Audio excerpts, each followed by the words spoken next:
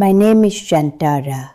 I'm 72 years old, and I need to tell you something that might be difficult to hear. Something that took me an entire lifetime to understand. Something I wish someone had whispered to me when I was still young enough to change direction before the damage went too deep. The very thing you're chasing right now, the thing you believe will finally make everything okay, that thing is the exact reason peace keeps slipping through your fingers. I know that sounds wrong. I know it sounds impossible, but stay with me, because what I'm about to share with you is the truth that set me free after decades of suffering I didn't even know I was causing myself. When I was young, I was a woman on fire, not with anger, with ambition, with hunger, with this desperate, burning need to become something, to arrive somewhere, to reach a version of my life where I could finally exhale and say, I made it. I didn't know what it was exactly, but I was convinced it existed. A place, a feeling, a moment when everything would click into position and I would finally feel complete. So I chased. I chased with everything I had. I chased love.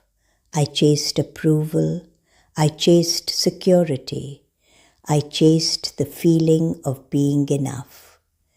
I chased it through relationships, through work, through every decision I made for over 40 years. And you know what I found at the end of all that chasing? Nothing. Not because I didn't get what I wanted. I got many of the things I wanted. But because getting them didn't give me what I thought they would. The peace I was looking for was never inside any of those things. And the act of chasing them was the very thing keeping me from seeing that. Let me explain what I mean. Because this isn't about giving up on life. This isn't about sitting in a corner and wanting nothing. This is about something much deeper and much more important than that. This is about understanding what you're really looking for when you think you're looking for something outside of yourself. I remember a specific period of my life. I was in my late 30s. I had worked incredibly hard to build stability, a home, a family structure, financial ground beneath my feet, and I had achieved it. From the outside, my life looked like something to admire, but inside, I felt this restlessness that I couldn't name, this constant hum of dissatisfaction that followed me everywhere. I would lie awake at night with this feeling in my chest, this tightness, this sense that something was missing. And my mind would immediately start searching. What is it? What do I need? What's the next thing I have to get to make this feeling go away? And I would find something, a new goal, a new desire, a new direction. And the moment I started chasing it, the restlessness would quiet down for a while. It felt like relief. It felt like I was on the right track. But I wasn't.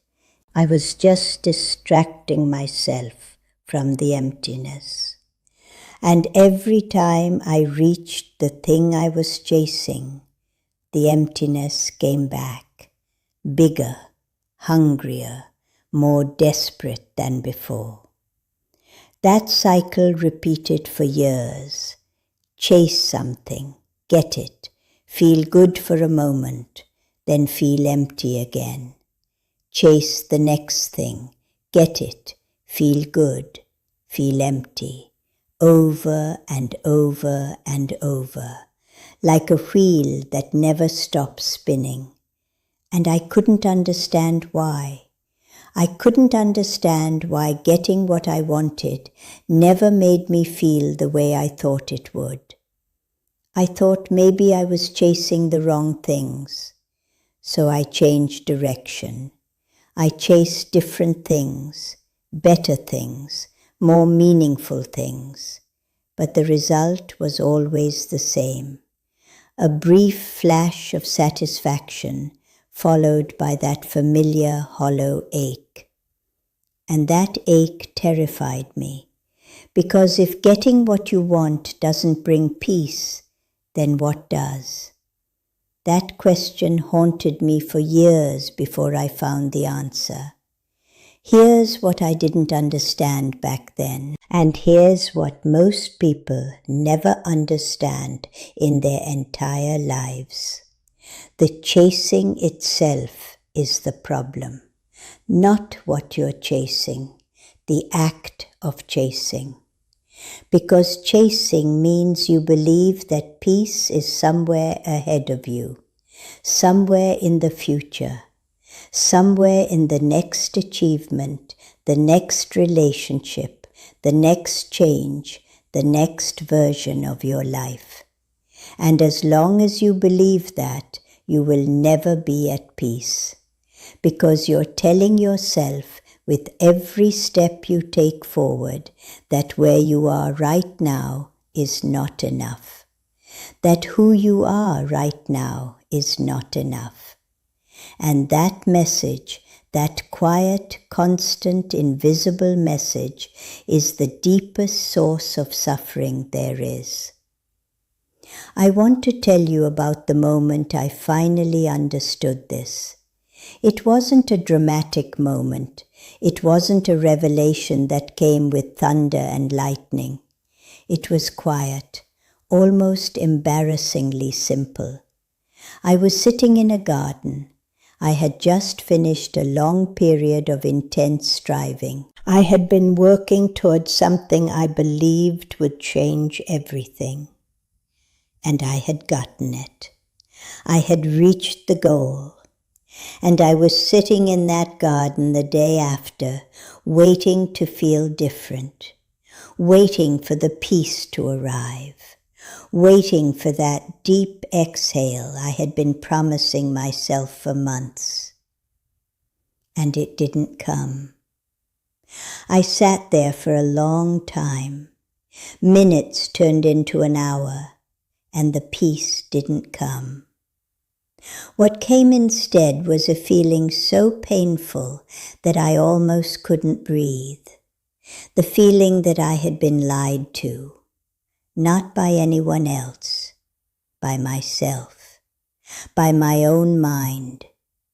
My mind had told me that this thing, this achievement, this destination would bring me peace, and it hadn't. And in that moment, sitting in that garden, I realized something that cracked my entire world open. I realized that my mind had been making that same promise my entire life, and it had never once kept it, not once. Every single time my mind said, "When you get this, you'll be happy," it was lying. Not maliciously. My mind wasn't trying to hurt me. It was doing what minds do. Minds solve problems. Minds look for what's missing and try to fix it. That's their job. But peace is not a problem to be solved. Peace is not something missing that needs to be found. Peace is what's already there when you stop believing something is missing. And that distinction, that tiny, almost invisible distinction, is the difference between a life of endless chasing and a life of actual freedom.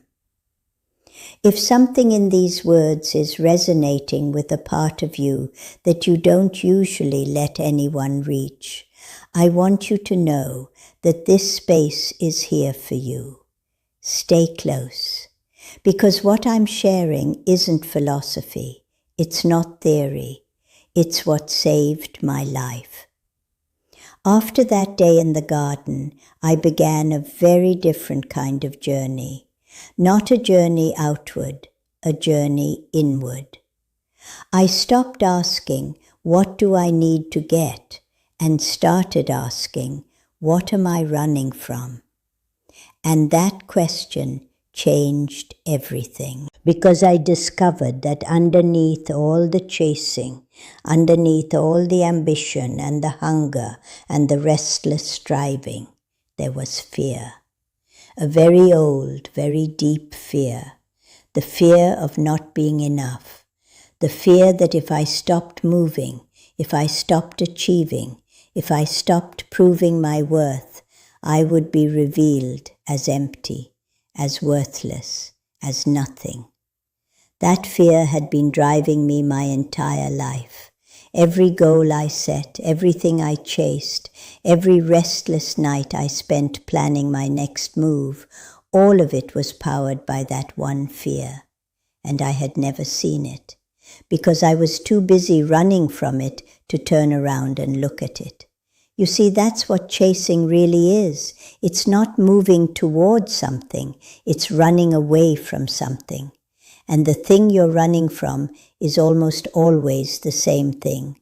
It's the fear of facing yourself exactly as you are, without the achievements, without the labels, without the things you've accumulated, without the roles you play. Just you, raw, bare, undecorated. That version of yourself is the one you've been avoiding your entire life. And she is the only one who knows where peace lives. I spent months sitting with that fear, not fighting it, not trying to fix it, just sitting with it, letting it be there, feeling it fully without running. And it was the hardest thing I've ever done. Harder than any goal I ever chased, harder than any obstacle I ever overcame. Because sitting still with your own fear, your own pain, your own sense of not being enough, that requires a kind of courage that nobody teaches you. Nobody celebrates you for it. Nobody gives you an award for learning to be still. But it is the bravest thing a human being can do. And slowly, so slowly that I almost didn't notice it at first, something began to change. The restlessness started to quiet, not because I found the answer, but because I stopped needing one. The tightness in my chest started to loosen, not because my problems were solved, but because I stopped believing I needed to solve everything to deserve peace. The fear didn't disappear completely. I want to be honest about that. It's still there sometimes, but it no longer controls me. It no longer sends me running toward the next thing. It sits beside me like an old companion that I've learned to understand. And in the space that opened up when the fear stopped driving, something else appeared, something I had been looking for my entire life without knowing it. Stillness. True, deep, unshakable stillness. Not the stillness of having nothing to do, the stillness of having nothing to prove. That is peace. That is what your soul has been asking for all along. Not the promotion, not the relationship, not the validation, not the perfect life. Stillness. The kind of stillness that doesn't depend on anything outside of you. The kind that stays even when everything around you is chaotic. The kind that comes from knowing, truly knowing, in the deepest part of your being, that you are enough exactly as you are, right now. Not when you achieve the next thing, not when you fix yourself, not when you become better or stronger or more worthy. Now, as you are, with all your flaws and wounds and imperfections, you are enough. I know how strange that sounds when you've spent your whole life believing the opposite. I know how impossible it feels when every message you've ever received has told you that you need to be more, do more, have more. But those messages were wrong. All of them. Every single one. They were built on a lie so old and so deeply embedded in our world that we mistake it for truth. The lie that says you are incomplete, that you were born missing something and your job is to spend your life finding it. You were not born incomplete. You were born whole. And everything you've been chasing has been an attempt to find something that was never lost. I'm 72 years old now. I live quietly. I live simply. I have very little compared to what I once had. And I have never, not once, in my entire life, felt more at peace than I do right now. Not because my life is perfect, it isn't. Not because I have no problems, I do. But because I finally stopped chasing. I finally stopped running. I finally sat down in the middle of my own life and said, this is enough. I am enough, and I don't need anything else to be at peace. That moment didn't happen in a temple. It didn't happen during meditation. It happened in the most ordinary moment imaginable. And that's the beautiful truth about peace. It doesn't arrive in extraordinary moments. It arrives when you stop waiting for extraordinary moments and start being fully present in ordinary ones. If you're tired of chasing, if you're exhausted from running toward a finish line that keeps moving further away, I want you to know that you have permission to stop. Right now, you have permission to put down the list of things you think you need. You have permission to stop proving yourself. You have permission to be exactly where you are and feel exactly what you feel without needing to fix any of it. That permission is not something anyone else can give you. It has to come from you, from the deepest, quietest part of you, the part that has always known the truth, the part that has been whispering to you for years while your mind shouted over it with plans and goals and fears. My name is Shantara. I chased peace for over 40 years and never found it. And then I stopped chasing, and it found me. It was right here the whole time. Inside the stillness I was too afraid to enter. Inside the silence I was too busy to hear. Inside the version of myself I was too ashamed to face. It was always here. And it is always here for you too. You don't have to find it. You just have to stop running long enough to notice it. Breathe. Be still. Let go of the next thing. There is nothing ahead of you that will give you what this moment already holds. Peace is not a destination. Peace is what remains when you finally stop traveling. And you, dear one, have traveled far enough. You can rest now. You can stop. You can breathe. Peace is already yours. It always was.